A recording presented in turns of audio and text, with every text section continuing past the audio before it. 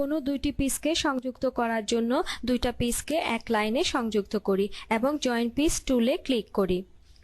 এখন প্রথম ও দ্বিতীয় পিসে বারবার ক্লিক করি। লাল লাইন বলবে যে পিসকে কোথায় সংযুক্ত হবে।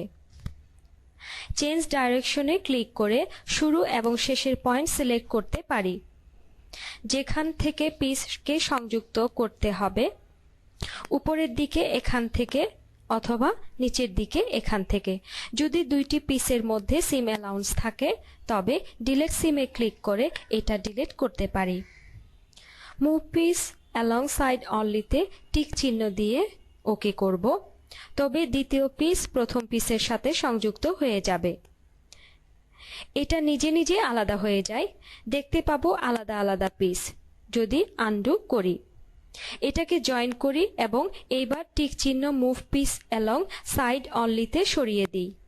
এখন দুইটি পিস একটি সম্পূর্ণ পিসে পরিবর্তন হয়েছে।